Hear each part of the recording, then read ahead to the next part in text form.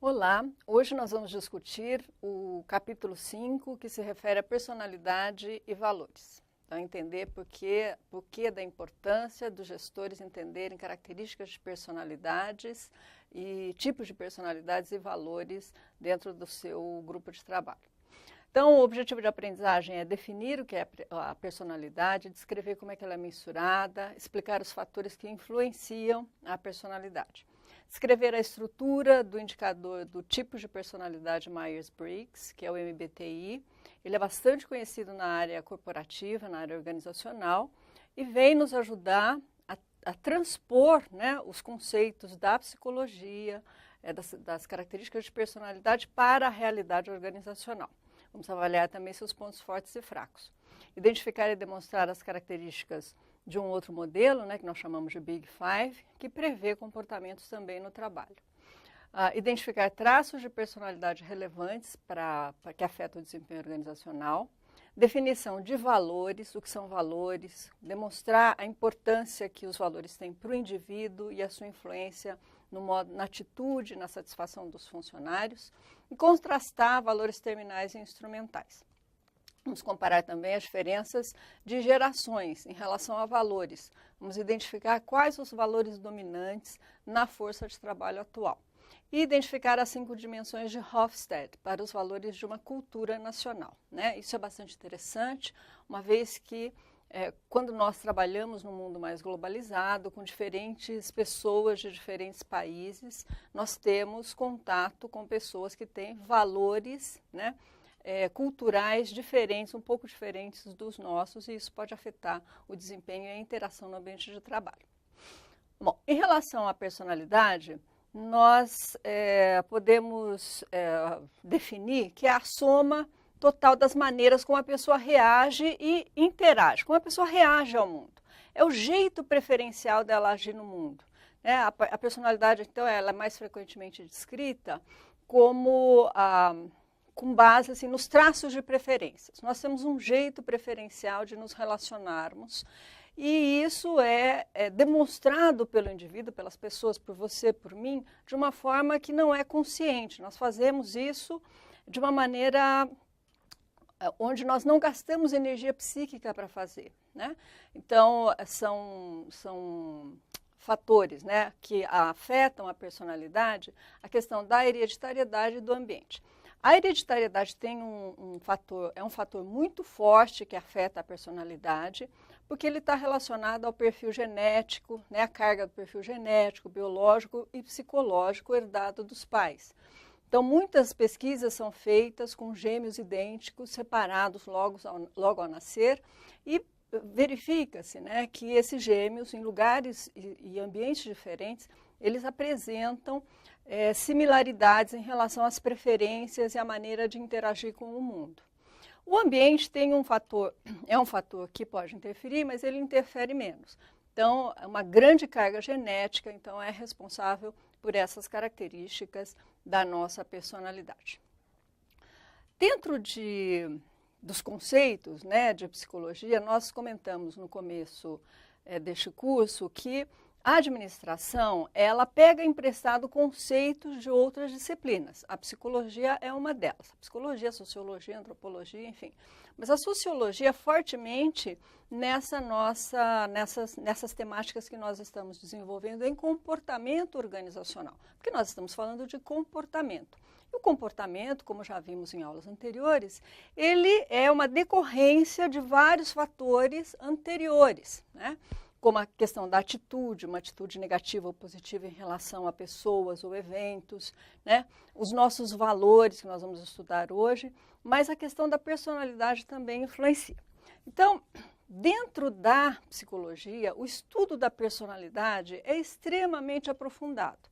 Então, eu não vou pedir para você, gestor, que você faça todo esse estudo, né, extensivo da personalidade.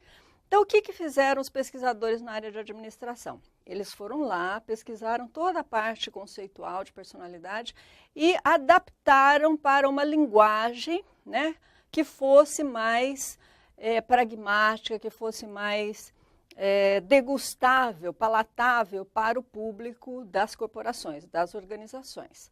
Então, eles foram lá verificar quais são os traços de personalidade que podem, de alguma forma ou de outra, interferir no comportamento organizacional e que são mais fáceis para o gestor identificar.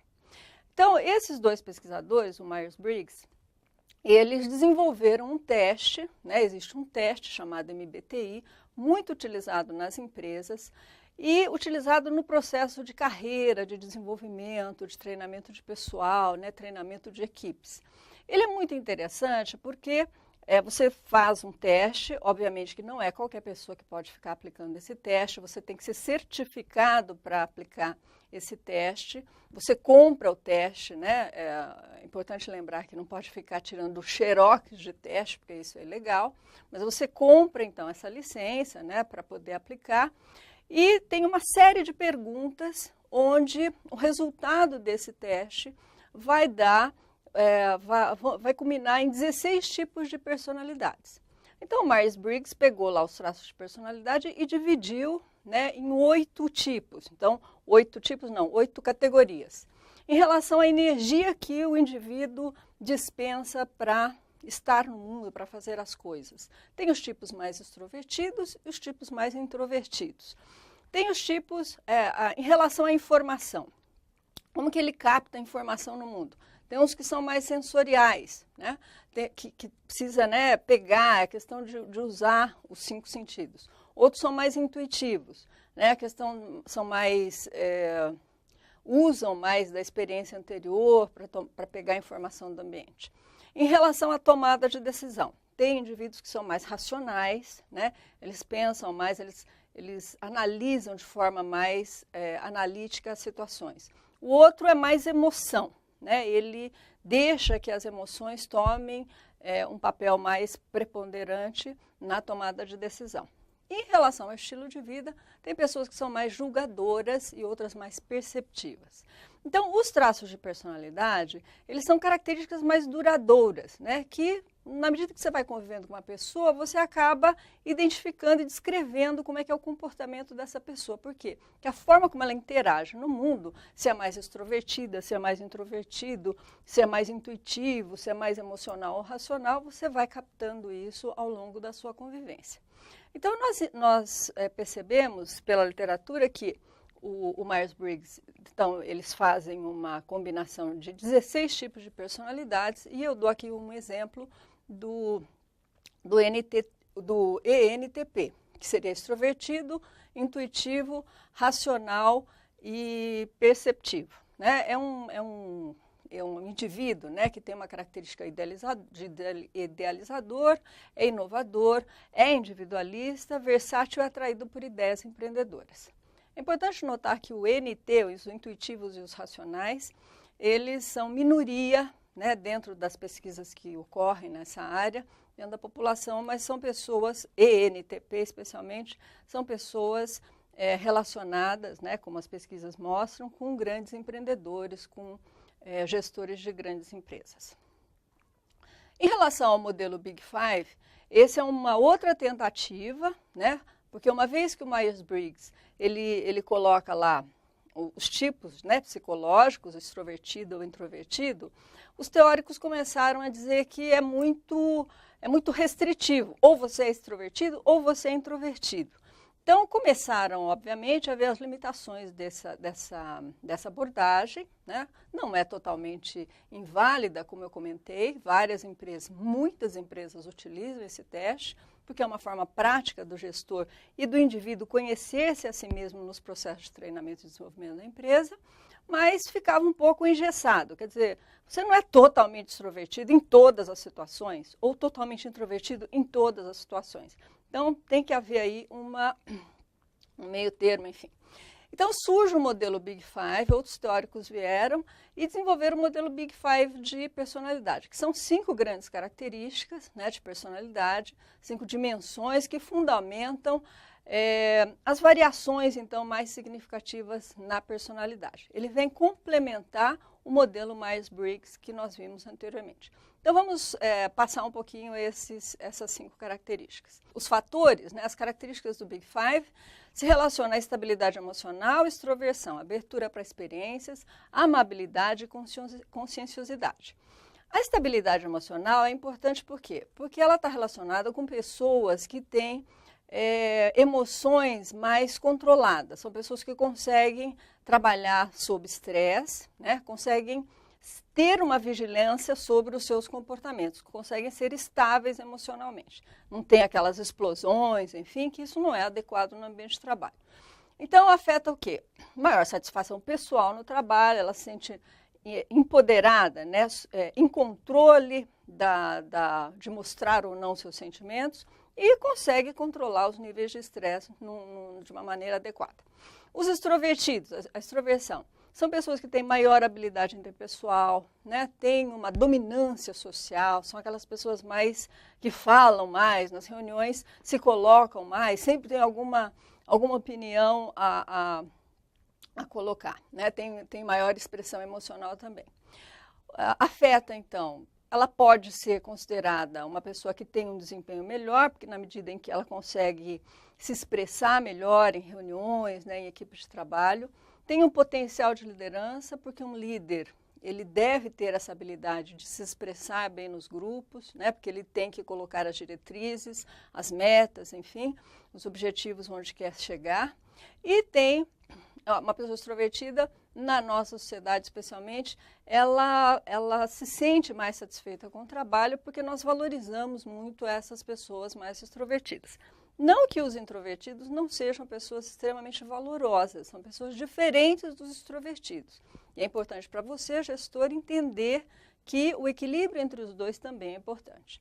Abertura para experiências. Pessoas que têm abertura para experiências são pessoas que têm uma predisposição a se expor a experiências novas, né, que aumenta com isso o seu nível de aprendizagem, são mais abertas a projetos mais desafiadores e têm maior flexibilidade e autonomia. Afeta, então, tem um desempenho melhor no treinamento, na medida em que, quando eu faço processo de treinamento e desenvolvimento na empresa, eu preciso que as pessoas, que os colaboradores tenham essa disposição e essa abertura para experiências novas, para aprender novas coisas. O processo de aprendizado, ele decorre muito dessa disposição ao novo. E mesmo assim, tem pessoas que, isso parece óbvio, mas tem pessoas que chegam e falam, mas eu já sei isso. Você nunca sabe tudo. Porque se soubesse tudo, não tinha porque está ali, né? Então, eu acho que eu acredito que o processo de aprendizagem ele é muito mais valoroso, né, quando você se dispõe a aprender. Se você acha que já sabe tudo daquele conceito, se você aproveitar 5% daquilo tudo que a pessoa está falando, alguma coisa você estará aprendendo. Então, essa abertura para a experiência é o primeiro passo para que a gente melhore o nível de conhecimento, de aprendizagem que nós temos por toda a vida. Amabilidade. São pessoas, então, que são queridas, né, que gostam de se sentir queridas pelo ambiente mesmo. São pouco contestadoras, né, são mais conformadas, enfim, mas elas criam um ambiente de confiança, enfim, menos conflituoso. Tem melhor desempenho, porque trabalham de acordo com normas, enfim. Tem menor nível de desvio de comportamento, né, então isso é importante para o comportamento organizacional. E as pessoas conscienciosas, né? A conscienciosidade, ela está relacionada a características de pessoas que envolvem grande empenho, né? Grande persistência para seguir em relação ao alcance das metas. Tem muita energia, tem muita disciplina, são super organizados, planejam bem, controladores, né? Vão lá e checam. Então, é uma pessoa bacana para se trabalhar, que ela tem alto nível de responsabilidade. Então, tem melhor desempenho, uma liderança tem um potencial de liderança muito grande e tem maior longevidade, porque na medida que você é consciencioso com as responsabilidades no trabalho, imagina-se que você também seja para com a qualidade de vida, com a sua saúde, enfim, pessoal. Então, dentro do comportamento organizacional, nós temos esses traços de personalidade que afetam o nosso comportamento organizacional. Então, nós temos a questão da autoavaliação básica, como já comentamos em aulas anteriores, que é essa consciência sobre o seu potencial de trabalho. Temos o maquiavelismo. O maquiavelismo vem, né, de Maquiavel, onde os fins justificam os meios. Isso é extremamente perigoso. Nós vivemos num contexto, né, de escândalos, enfim, que nos levam a ficar questionando, né, o que leva uma pessoa a entender que justificar uma ação que não é certa pelos fins. Quer dizer, isso é ser maquiavélico. Né? Usar os fins, usar os meios para justificar os fins. Eu alterei ou eu, sei lá, manipulei determinado orçamento para poder atingir determinados programas, determinados resultados que têm uma amplitude que é mais abrangente que a social. Não se justifica, não é? Então, alguns gestores são bastante conhecidos, no seu livro tem isso como exemplo. O André Esteves, né, do Pactual, ele é apontado como tendo uma personalidade maquiavélica, porque ele mostra a história, né, de como ele comprou a Pactual, depois vendeu, enfim, como que ele faz quais são os meios que ele utiliza para derrubar um sócio fundador, enfim, então são para atingir um objetivo dele, né? Então são personalidades maquiavélicas. O narcisismo são pessoas também, nós emprestamos, né, memórias, né, de outras áreas. O narcisismo é aquele tipo de personalidade de pessoa que tudo eu, né? Eu sou o centro do mundo, eu sou o modelo de tudo, eu sou o melhor de tudo. Então, são pessoas que têm um alto grau de necessidade de se fazer presente, né, se fazer notada, e sendo modelo, e tendo feedback positivo daquele tipo de atuação no mundo. Um exemplo que está no seu livro, né, que está bastante comentado, é do Eike Batista. Então, tem vários tipos, e vocês devem conhecer tipos assim também. Normalmente, essas pessoas que são muito autocentradas, né, muito narcisistas, elas procuram, normalmente, dar feedback negativo às coisas, ou então criticar as pessoas de modo a enaltecer aquilo que elas fazem.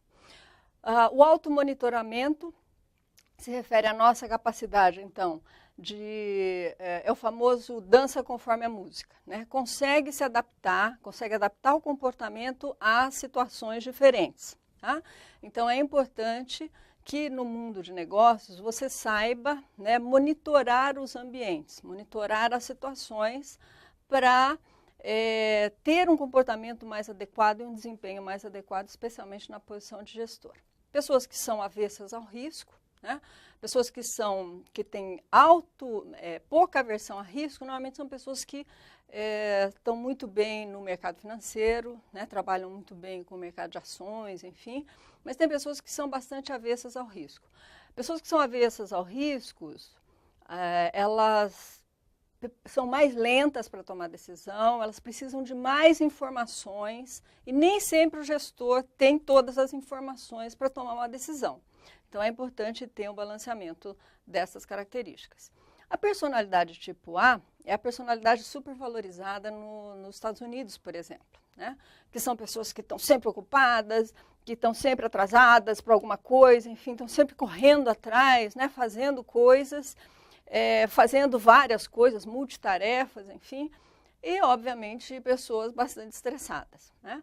E a personalidade proativa são pessoas que são muito interessantes de trabalhar com a gente, porque mesmo diante de dificuldades, as pessoas vão lá e têm ideias inovadoras e querem mudar algum processo e querem fazer um projeto inovador. Então, a personalidade proativa não é aquele, eu só vou fazer quando todas as condições forem ideais. Você nunca vai ter as condições ideais. Então, é interessante que a gente trabalhe com pessoas que sejam proativas, que trabalhem mesmo enfrentando as dificuldades e superando, então, tais dificuldades. Bom, em relação aos valores, nós podemos dizer que nós apreendemos os valores, né, as convicções básicas, aquilo que a gente acredita que é certo ou que é errado, lá no nosso primeiro grupo social, né, na nossa socialização primária, vamos comentar desta forma. Ou seja, quando a gente nasce, o nosso primeiro núcleo é o núcleo familiar, né? Os pais, né? O pai, a mãe, os irmãos, enfim, ali é aquele primeiro núcleo familiar. Ali você já vai absorvendo o que é certo e o que é errado. A família é muito responsável por isso. Então, você vai entendendo, né, o que significa não, o que é correto, o que não é, o que pode ser honesto e não. E daí, então, você, depois desse primeiro núcleo, você vai ampliando esses núcleos de convivência social. Que daí é a escola, né, com professores, com os amigos, né, dentro do ambiente escolar, dentro dos seus grupos sociais, enfim. E você vai aumentando, então, esse sistema de valores. Então, normalmente o valor está relacionado a esse julgamento daquilo que é certo ou errado. Ele diz se a conduta é socialmente preferível ou não. Então, nós temos o nosso sistema de valores é composto por conteúdo e a intensidade. O conteúdo é qual modo de conduta ou condição de existência é importante, é correta. Então, nós temos essa avaliação, esse julgamento. E a intensidade vai especificar o quanto que esse modo de conduta é importante naquele momento de vida seu. Tá? Então, e daí a gente tem isso que nós chamamos de sistema de valores. Ou seja, a hierarquia, esse grau de importância, né, da intensidade, desse fator intensidade de valores, ele vai mudando ao longo da vida. E aí a gente pode dar um exemplo claro. Quando o sistema de valores, nós podemos dar como um exemplo, quando a gente vai construir, né, vamos construir uma parede, uma casa. Então, os primeiros tijolinhos que nós colocamos são os valores que nós recebemos dos pais, da família. E daí nós vamos para a escola, os professores, eles vão nos ensinando outros valores. E nós vamos, então, sedimentando esses valores. Esses valores, eles são mais estáveis. Nós sabemos que os valores, então, por isso que nós fazemos essa analogia com uma construção. Esses tijolinhos você vai colocando ali. Chega uma época da vida, na adolescência especialmente, que você quer jogar todos aqueles valores que você aprendeu lá embaixo embora, né? Porque não serve mais para você. Porque, na verdade, você tem que sobreviver a essa época da adolescência. Por quê? Porque você está fazendo parte de um novo grupo social, né? Dos adolescentes lá do seu colégio, da sua escola. E você quer ter a sua individualidade. Na verdade, quando a gente olha esses grupos, né, de adolescentes, são todos iguaizinhos, né? Se vestem de forma igual, falam da forma igual, têm o mesmo trejeito, e cada um acha que tem uma marca própria, né? Mas é uma forma de você sobreviver a uma fase da vida, é uma forma de você se identificar com os valores daquele grupo.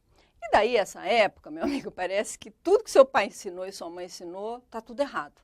Então, você deixa aqueles valores um pouco usados, né? Eles não vêm à sua memória, né? Eles não te afetam tão mais fortemente. E daí é uma época de bastante conflito e tudo mais. Só que esses valores não foram embora. Eles continuam lá.